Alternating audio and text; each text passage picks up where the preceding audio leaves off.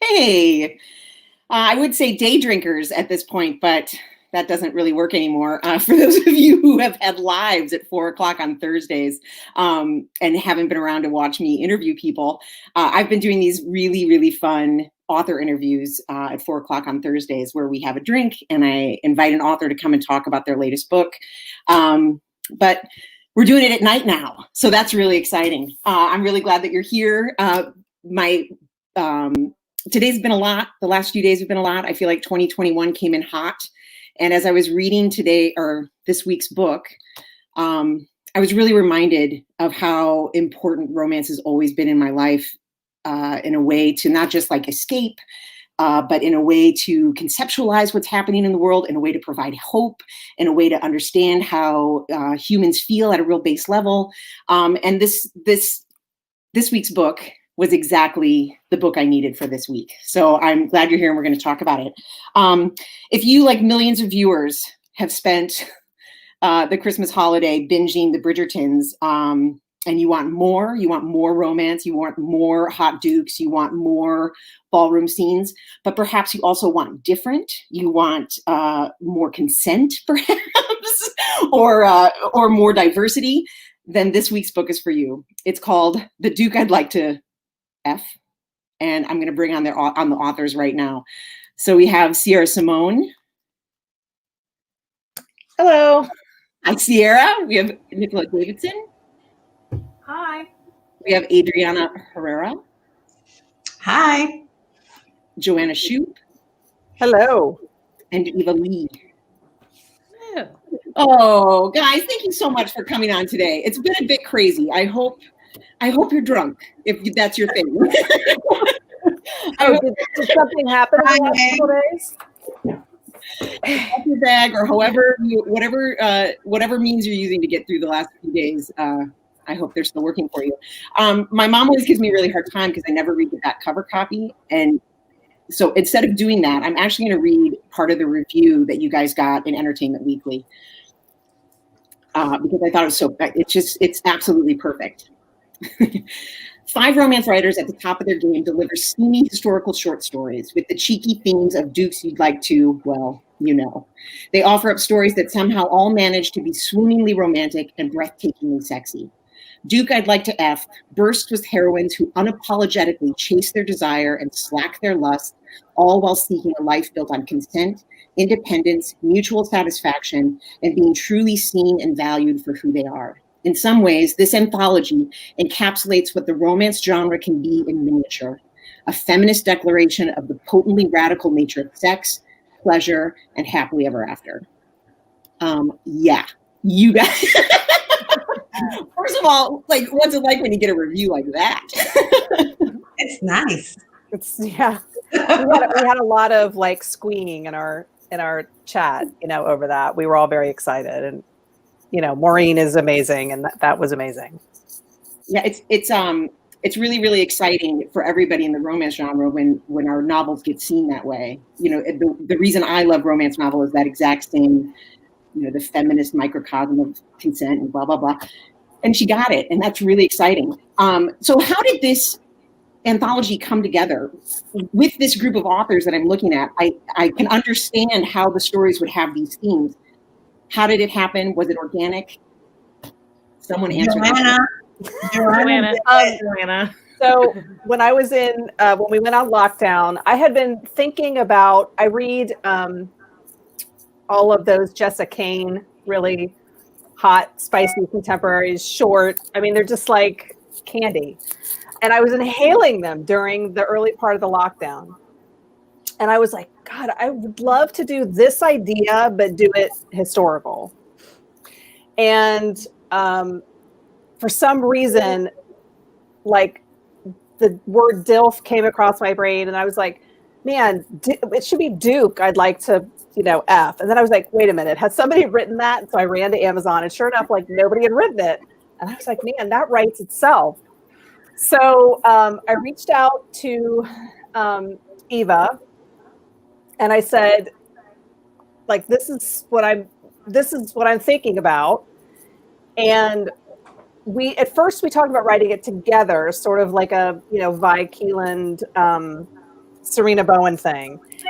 And then like the logistics of co-writing became overwhelming, at least to my small brain. And so I came back and said, let's just do an anthology. Like, I'm trying to make this harder than it needs to be. And so then, we started like spitballing ideas, and this is like the dream team. I mean, this was like everybody that we went to saying, this person will be great. We reached out and that person said yes. So like we got like the entire dream team of authors that we wanted, which was really great. So for those of you who might not have read Jessica King, they're very erotic, but they're also very tropey. Like they're short and they just hit that button of like, daddy kink or whatever it's going to be, whatever the kink of it is going to be, they hit it. So was that your plan? Were you like, listen, lean in on whatever you come up with? Was that your plan? I don't think we had to tell anybody that, did we? I mean, it was sort of assumed, I think. Yeah. Sierra, made it hotter. Well, I was pleasantly surprised because normally when I'm in an anthology, I'm sort of like the NC-17 like movie at the end, that you're not supposed to tell your parents that you went to go see. And so sometimes I feel self-conscious when people invite me to anthologies because one time I did an anthology where there was an orgy with 14 people. And another author in that anthology wrote a story that had no sex at all. And so I was like, oh, I didn't know. I thought we were at like 14-person orgy level, but we weren't.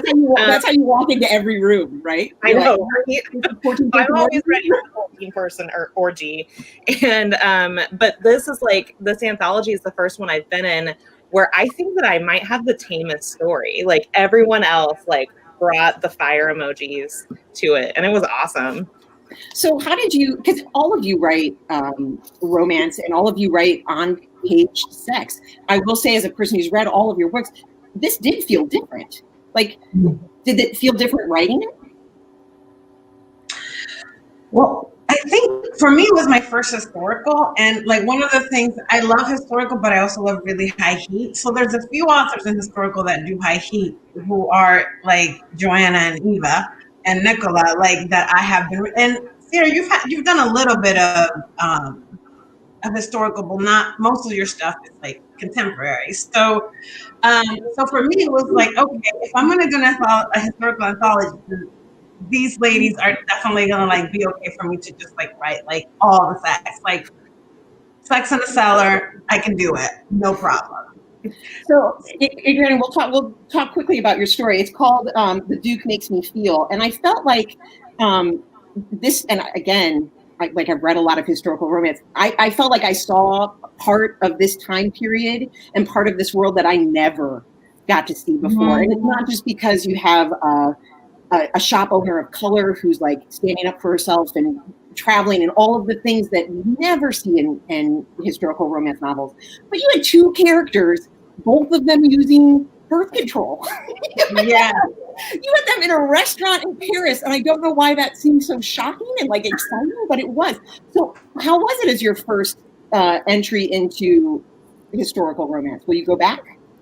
Yeah, so I'm ready. I'm actually starting like next week to write. I sold the series to HQN that's also set in Paris. So that was part of the reason why I wanted to set something in Paris, just kind of to get my feet wet in Europe. And so, but I think like I love historical. I've always read a lot of historical, but I had to be kind of really strategic of how to play, like use a setting that I know I could write people of color, just like living freely and not be like hindered by all the things. So Right. Paris was ideal, specifically like that time period, like after the American Civil War, like into the Belle Epoque, because it was really like a new Paris, and there was there's just a lot of documentation, literature of people of color, specifically people from the Caribbean in Paris, living, studying in the Sorbonne. So I just like I can just do whatever I want. and do it here. And also, I have like a connection to Paris. I lived in Paris after high school for a year. I did my gap year there. So I know the city well. I know what it's like to be a brown person in Paris, like doing all the things you couldn't do at home. Right.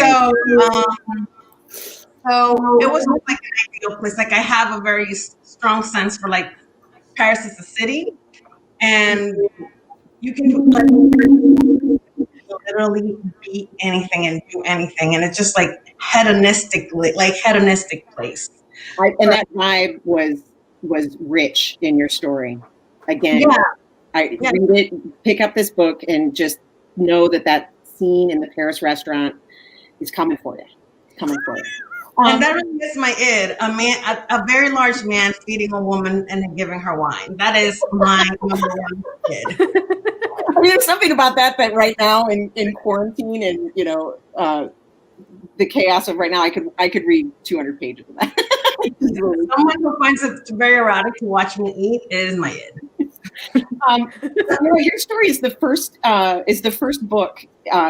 story in the book, and this is a kind of a prequel to your contemporary series. Yes. Yeah, well, there's some connections there because it's like Gothic Dartmoor, like secret, like millennia-old secrets on Dartmoor. And so I wrote it as kind of like a test balloon for another historical series that I want to write. That's, like with this family and set in this manor house. And there's something, you're talking about how something about this anthology feels different. And there is something about a novella that I find really freeing in terms of like, I can sort of just test out a premise or like test out a setting without committing to like, this is 4 months of my life, like trying to make this work, like you can really use it as like a laboratory. And so that's kind of how I approached it. I was like, can I make another perverted family in Devonshire? Like, let's see. And There's then I did. so many of them. Right? At least in my mind, they're all perverts there in a good way, And did I, and maybe again in the fever of quarantine, did I read somewhere that you went on a research trip all by yourself? Yeah. So in 2018, I abandoned my family and I went. I know it was the dream, and I hiked around Dartmoor, which I was really glad that I did. Adriana, you talk a little bit about living in Paris. There is something about being in a place that is different than reading about it. That's different than using like Google Street View, and the kind of knowledge you get from being in a place is just different. And so I was really glad that I was able to do that because it really informed every story that I've like set there since. Yeah, that trip has clearly paid off. Later in that review, in the Entertainment Weekly review, there's a line, and I didn't write it down, and I'm sorry, but it's stuck in my head, where the reviewer says, like, basically everything you write kind of mixes the profane and the holy. That's my mission statement. So I'm happy to hear it. But like, you that is a thing you work towards in your work, right? Is walking that really thin line. And can you talk about it, or if you feel like talking about it will kind of roll it flat and not be interesting, I get it. But like, I will do my best, but I struggle to articulate what I'm trying to say because I think that romance exists in a way that gives so much space to interior life. Like romances really are about that internal exploration. But I'm a person that, for me, my inner life is really, it's really involved with like the numinous or like the divine. Like it's really hard for me to separate out like my intellect and my emotion and what I would call like spiritual. Like that's just not the kind of person I am. And I feel like for a long time, a lot of romance really sort of slices away the spiritual from that. So we focus a lot on the like intellectual and the emotional. But for me, like it would be really hard for me to fall in love with a person if I didn't know what kind of person they were spiritually speaking. And, you know, even if they're not spiritual, like that's still knowledge that you would know about someone as you're falling in love with them. And so for me, when I'm writing characters, it's really hard not to embed that spirituality, kind of braid it in along with their emotional and their intellectual interior lives. And so I think because like I am really bad at plotting and I don't do that and I just kind of like make characters and then they're like my Barbie dolls that I'm like playing with in my Barbie dream house. Making characters like that necessitates plots that kind of unfold from them that involve that sort of exploration, I guess, of that element of themselves. But I don't know. Sometimes it works better than others. That's true about the whole experiment, isn't it? That is true about the whole experiment. Nicola, your story, and it's fun. Like Nicola and Eva, your stories are a great sort of duet almost, because both of them kind of play with this idea of like the education of pleasure. However, in Nicola's, it is a clergyman's daughter who like totally sees the writing on the wall with her dad. She's going to grow up in this house and grow old getting his tea. And she just wants to see what the fuss is and live for a minute. And Eva, in your story, it's a duke, a young man whose father has died, comes back into the to the home, and the governess of his sisters is there, but she's 10 years older than him. So both of them talk about like obviously the education of pleasure, but also a lot about consent, and both of you really play with consent within a really tricky power dynamic. So Eva, would you talk about that for a second? Like talk about your idea for the book and how you manage that, those two very thorny balls to try to juggle. Oh boy, thorny balls. Yeah, it was a challenge for me, and I'm not used to writing in a novella length, so kind of like I had almost like the opposite kind of situation that Sierra had, where I was thinking about the length and like what I could do with it, and like you're talking about leaning into the taboo and stuff like that, and it took a lot for me to sort of like be like, yes, lean into the taboo, like make that happen. That's what readers are after in this kind of situation. But because I was kind of contrarian, I wanted to do something in terms of the power dynamic where there's more power to an extent in the female main character's hands in terms of like what sexuality is than there is in the male main characters. And then I had to go through a pretty complicated sort of understanding as to how I could make a duke and a governess have an equitable relationship, because if somebody's employee, that automatically makes the power, no matter how much consent you could sort of offer up, that automatically makes it problematic, right? So I sort of had to kind of find a way to dismantle that so that her employment wasn't contingent on whether or not they were going to sleep together, and it was certainly challenging, but I did enjoy that challenge. And the funny thing that I noticed and was about that EW review was that when we initially started conceiving of this DILF anthology, we were like, hi, Heat, what's your trope? We didn't really consult with each other. We talked a little bit about like, what's your vocabulary going to be in terms of like how sort of graphic are we going to get and what sort of Anglo-Saxon terms we're going to use. But I don't think we ever had to sit down confab where we're like, consent is important in every single one of these stories. I think we all sort of arrived at that conclusion independently. And it really sort of made me realize kind of like the brilliance, if you will, of Joanna in terms of collecting this group of people together who had such a similar ethos when it came to romance. And I really like, as I was reading the other stories, I'm like, oh my God, we're all literally, I mean, like we're textually on the same page, but we're also like, we have a sort of a sociopolitical kind of consciousness that we seem to have plugged into. And that was really exciting and fascinating for me, just to see how we all dealt with the issue of consent. What do you think about that, Nicola, in terms of consent and how we kind of came to that conclusion? Oh, you're muted. You're muted. Sorry. I totally agree with Eva.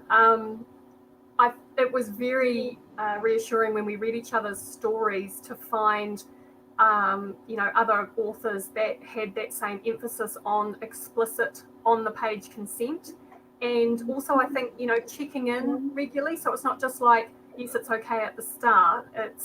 It's okay all the way through. And if we're trying something new, is this okay? How does that feel to you? Are you having a good time? And I think that that's a wonderful thing to have in stories, that you've always got characters having a great time with each other.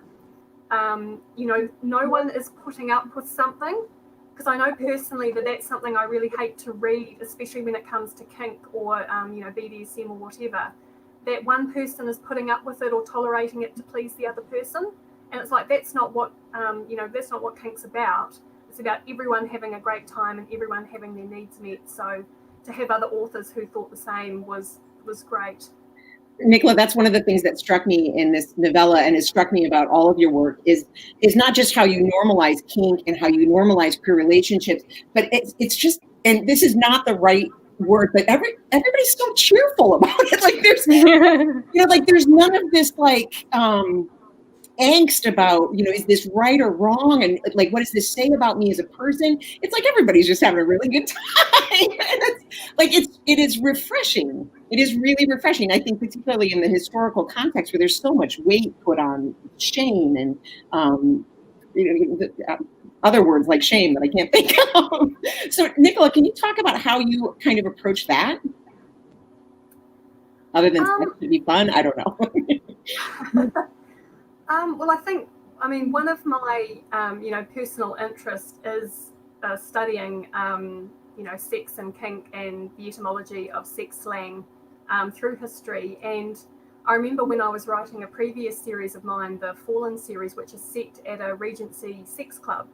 And, a lot of people, kind of pushed back and they were like, they didn't do that sort of thing there. And, and I have to say that, Fallen was inspired by 3 real-life Regency sex clubs. I mean, kink is not new. Like, there is nothing new about sex or the slang used or the kink or, people, whipping each other for pleasure or, using sex toys, dildos or whatever. I mean, it's all been used since the dawn of time, basically. So, in the Regency era, they were into it. And, the pleasure clubs were right in the heart of London. Like, they were right in the heart of the, the posh areas. They weren't like, oh, here's a secret little place on the edge of town. It was like they were literally, King's Place, St. James's Street, Soho Square. They were right in the heart of the ton. And everyone was into it. So, I want to reveal that side of the Regency era, because far too often we see the Regency era as being, portrayed as this very prim, very proper, very white, very straight era, and it just wasn't. And we all know, I mean, living in this time, we all know that when the prevailing vibe is white, straight, Puritan, from the outside of that come, all the freaks show up, like all the good times show up, right? Like it's anything that you think is puritanical, that all this other stuff was happening at the same time. So Joanna, as the person who put this story together, so were you like, and actually I think maybe I'm wrong. Are you the only one with like a ballroom scene? You got a couple of ballrooms and things. I must be. I think I am. Yeah. Bringing it home for. Who knew? So did you like go into this? Well, first of all, you write Gilded Age, which, for a lot of people who don't, read historical romance, is really different. Was this a fun shift? Was it a difficult shift? You seeded it with all this really great information, and your heroine is a photographer, so you clearly got deeply into the research. But was it a tricky shift? It is tricky for me. I love the Gilded Age is the turn of the 19th century, the turn of the century in New York City, in America, and so that's where all my books are set. And I feel like I don't really, I'm not steeped in like the Jane Austen, that just is not me. So writing anything set in England is already, challenging for me. I have to really like put on my thinking cap. But I did keep it in the same time period. I just moved it to Victorian England because like I feel like I have such a good handle on the clothes of that time period that at least I wouldn't have to, like sort of rethink all the clothing and all the, accoutrements. So I just kind of, but the language stuff is hard for me. Right. And I know that you had no idea. You couldn't have possibly known that Bridgerton would release on Christmas Day, and like suddenly everyone was like, "Where's historical romance been all my life?" But like, have you felt that in the series? Like, have people I'm not asking this question well. I feel like there's going to be a great moment for historical romance right now and coming up for the next few years. Are you feeling that? Are you feeling some interest from readers that you haven't had before? And, people suddenly who you've known for years who are suddenly like, what do you write again? Well, I have heard that there have been feelers put out by, publishing houses, movie and TV. I mean, not with me, but like just in general, that there is sort of like this little groundswell of buzz. And yes, I mean, I'm sure the other authors here can say, I mean, I have heard, from people saying either I haven't read historical in ages and now I'm back, or, I've never read historical. And, so yes, there does seem to be, I mean, anyone else? There does seem to be a little groundswell of interest. I mean, historical never really went away, right? I mean, it's like it was the juggernaut, then in came contemporary and paranormal, and so we never really went away. So yeah, cyclical. If you've been in business long enough, you've seen this all come and go. But it feels right for the moment for sure. Yeah. It's been interesting. I've had a couple of people, because I mean, this was literally my first one, and I had no idea Bridgerton was happening to that degree when I sold my historical series early last year. But like, it's been interesting to see the conversation around diversity and the source material and the people of color in the book and how that was treated. And then I have a few friends who have asked me like, are there other historical romances written by people of color set in Europe? And I'm like, no, but they're coming. I don't know any set in Europe. I mean, of course, there's Beverly Jenkins and Alyssa Cole writes historical, but it's all set in the U.S. I don't know of any like. Vanessa Riley is in the UK. Oh, right? Vanessa Riley, yeah. And so, could you tell us what your new series is? Because I'm super intrigued and I'm afraid I don't know. So what is the new series? So it's coming out early 2022, and it's three heiresses, three Afro-Latina heiresses who met in finishing school, who have a girls' trip to the 1889 Paris World's Fair, to the Universal Exposition in 1889. So all three, one's Dominican, one's Venezuelan, one's Mexican, and all those three countries were represented at the World's Fair. They all had like a presence there, and so I have three heiresses. One is a lesbian romance. The second one is a duchess and a Venezuelan painter. And so that's exciting. I'm really excited because it's Give me Black, it's queer, it's Paris. So I'm really excited to write it and to see how it's received. And it's been interesting to see the reception of Bridgerton. Right. Right. One question I have for all of you, and then I really do want to hear what everyone has coming next. But so I write contemporary romance, which is in terms of world building and in terms of sort of the back to thorny balls you have to juggle, but is in my purview not as tricky as handling historical romance, particularly when it comes to the fantasy of it. So how do you guys approach it? Like, I mean, obviously it's not like a pie chart and like 20% fantasy and whatever, but I mean, you want to sweep readers up. You want to provide that romantic fantasy. I think we're drifting away from this historical fantasy of, what we think the, history was like. Tell me how you approach it. Nicola, you want to go first? Well, I'm a really bad history geek. So I do probably a few months research before I start a book. And so I'm like quite into, like I'll go and find as many primary sources as I can, and do that kind of research and about the, where I'm locating the book and, what was happening at the time, who was important, what they were discussing in Parliament, what they were doing, what the events were or what, the wars were or whatever. But yeah, I probably think the opposite in terms of I couldn't write a contemporary because I literally have no idea I wouldn't even know how to date or how to meet someone in like 2021 or whatever year we're in, because it feels like we've been in the same year for about 15 years.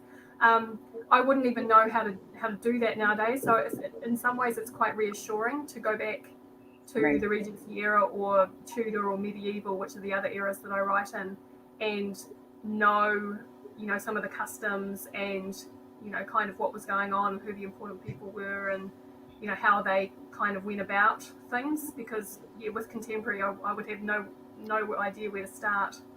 Get bogged down by what everybody's making for dinner. That's just me. Sierra, you've had a real quick marriage proposal. I'm not sure if you saw this. If things don't work out in your life, Silly and I are is going to marry you. So there you go.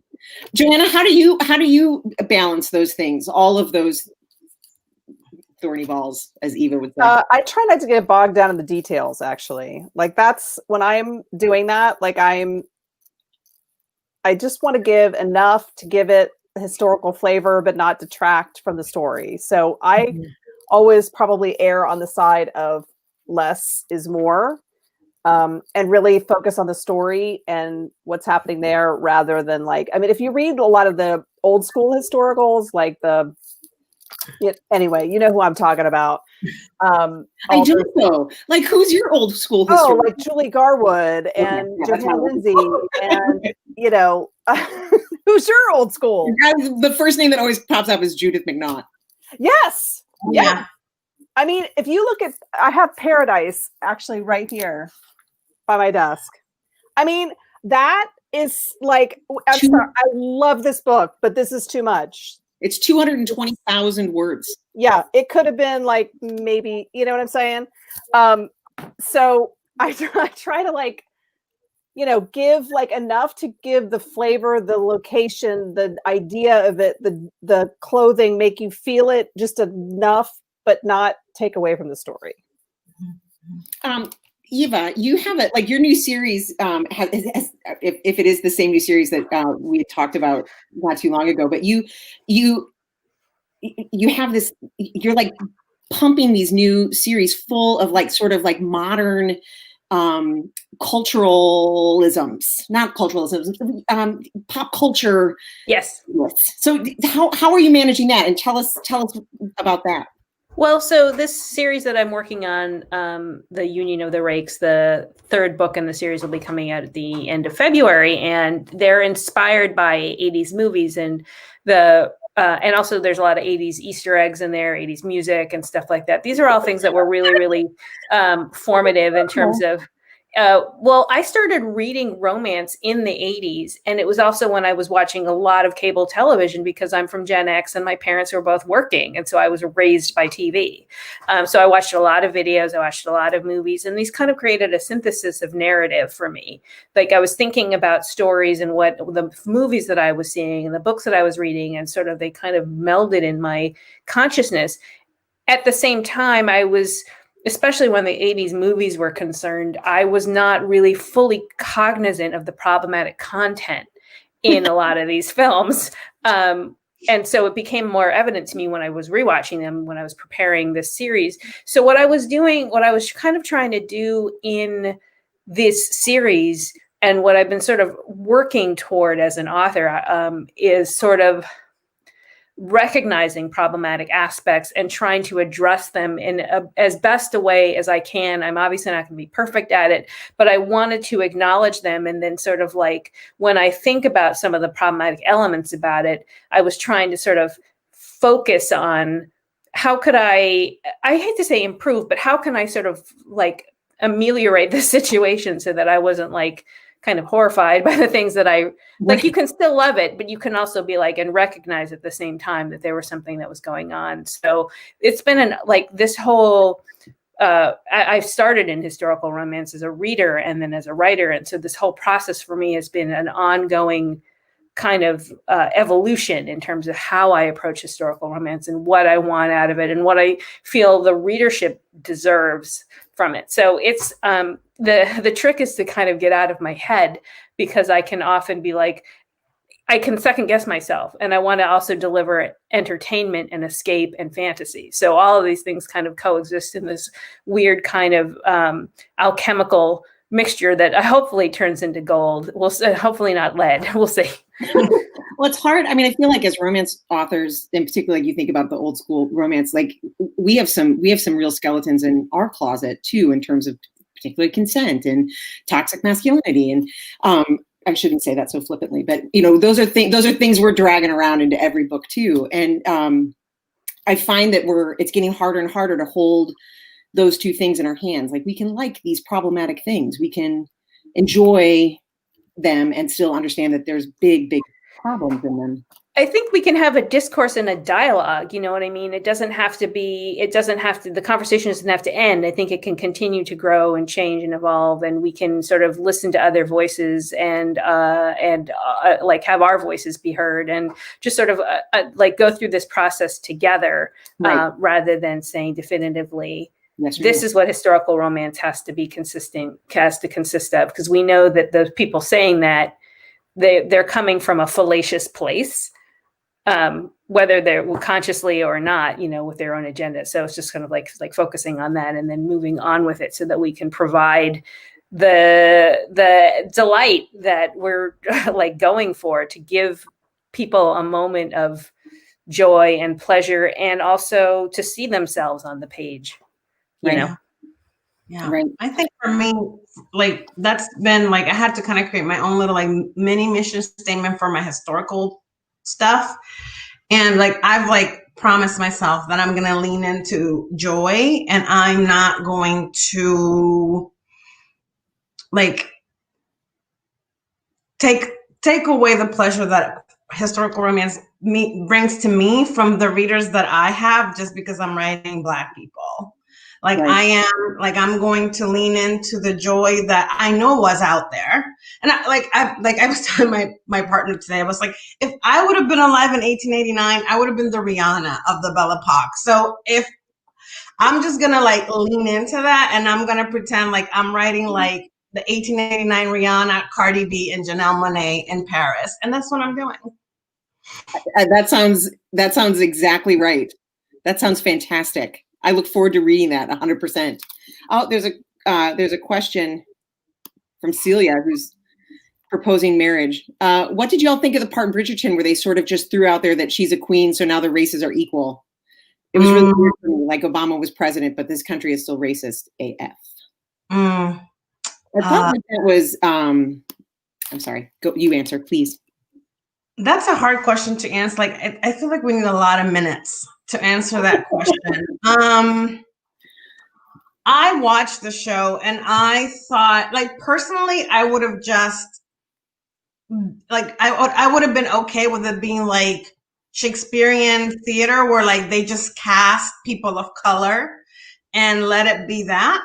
But I think like on the other side, like, it's an interesting idea to propose, like, there was these physical bodies of Black people were moving in those spaces in that historical time and like creating like the container for that reality intentionally. So I mean, I can say many things. I think there's a lot to say about Bridgerton in general. I enjoyed it. I thought it was fun, and I thought there was things that they could have done really differently. Like there were some choices there that could have been different. But that particular choice, I mean, who knows? Like, who knows why they decided to do that instead of just doing the Hamilton thing and just saying, hey, everybody's Black.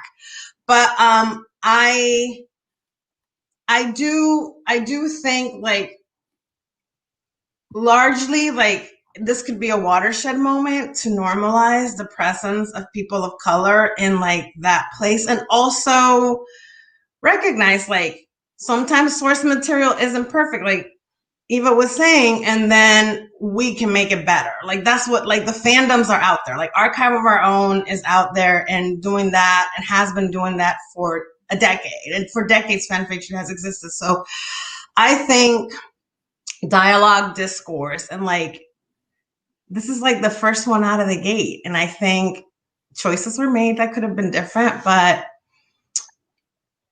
like we still got Simon. Yeah, we did. There's a lot of room for improvement. The bar was set pretty high. What I was going to say before was it was clumsy. It was just like this weird clumsy. Yeah, it was. I think it's a difficult thing to cover. Like, but I think also it's the piece of, and it's what I've been telling myself, I don't want to make my stories about that. I want to make my stories of like having these Black women have men or any people, like people of literally of any gender who are Black bodies get to have like the big love story that everybody else gets to have in these romances. True. Celia would like to say, great answer, Belle Epoch Rihanna. So, Sierra, you're my last one to answer this question. What have you got next, and how are you juggling the thorny balls of fantasy, history, romance? Well, I'm like 97% fantasy in anything I write. So I'm like, real life priest? No, Sierra fantasy priest. So for me, the way I approach history is I really think of it as like ours. Like it's ours to engage with, it's ours to interrogate, it's ours to reframe. Like it's ours to use the way that we want. And I don't imagine history as being sort of like like vacuum sealed behind a glass case. Like to me, it's something that we're allowed to dig into and shift around in order to find these stories. And particularly when you get into stories of people of color or queer stories, like these are stories that have been obviated in a lot of primary sources. And so we do have to like really get in there kind of with, like elbows and shoulders and dig in to find a milieu that works for us. And so that is really my approach, is like I find a setting or some details that really light me up, and then I tell the story that I want to tell using those as tools, but I don't feel like married to them in any way. And I try not to feel too married to, oh, this is what it should be. This is what the 1790s were. Everyone went to church and had, X, Y, and Z beliefs. And so I really try to like kind of divorce myself from that and just make a really big sandbox, where I can tell the stories that I would tell if I was in a contemporary setting. And then I just do the fun details like corsets and garters. This is what I like. So what have you got? What's next for you? What have you got coming up? So I'm working on the next priest book, which is an second chance romance with a monk. And It's one of Father Bell's brothers, and he is about to take his final vows as a monk. And then his ex-boyfriend, who he literally like left, his ex-boyfriend was like, "I love you," and Aiden was like, "I love you too." And then the next day packed his bags and moved to a monastery. His ex-boyfriend comes back to be like, "I'm getting married, so I want closure now." So anyways, monastery sex. I've been literally waiting for this book for years. I know. I feel bad because I have to have like, I have to have some kind of like spiritual like epiphany in order to write these books, because I don't want to be like, I don't know, using them as like a crutch, like using faith as a trope or like a plot device. And so I really try to wait until I'm asking myself different questions, like new questions about what it means to live a holy life. And one day last year, I just woke up in quarantine and I was like, oh yes, like I have questions now that I would like to interrogate. So that's where I'm at. Wow, I feel like that is that's something I'm going to think about tomorrow for a long, long time, is writing the book when you start asking yourself different questions. That's amazing. That's amazing. I'm sorry, I sort of lost the thread. Joanna, what have you got? What's coming up next for you? March 9th, the first book in my Fifth Avenue Rebels series comes out, which is The Heiress Hunt. And it's basically The Bachelor set in Newport. Oh, nice.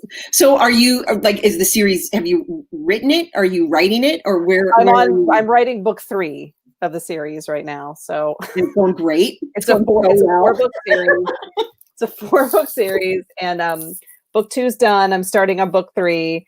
And they're coming out, every 6 months. So that's exciting. And then, there may be another anthology with these fantastic ladies possibly in the works. Oh, I like hearing that. That's fantastic. Little book teaser. Nicola, were you able to, I'm sorry, did you tell us what you were working on next? Well, my next book is out next week on January the 13th. And it is a medieval Scottish menage, MMF, called Wicked Passions. And it's a laird, his squire, and a lady sword fighter. And it's the sequel to Scandalous Passions, which came out in 2020. So, it's really fun.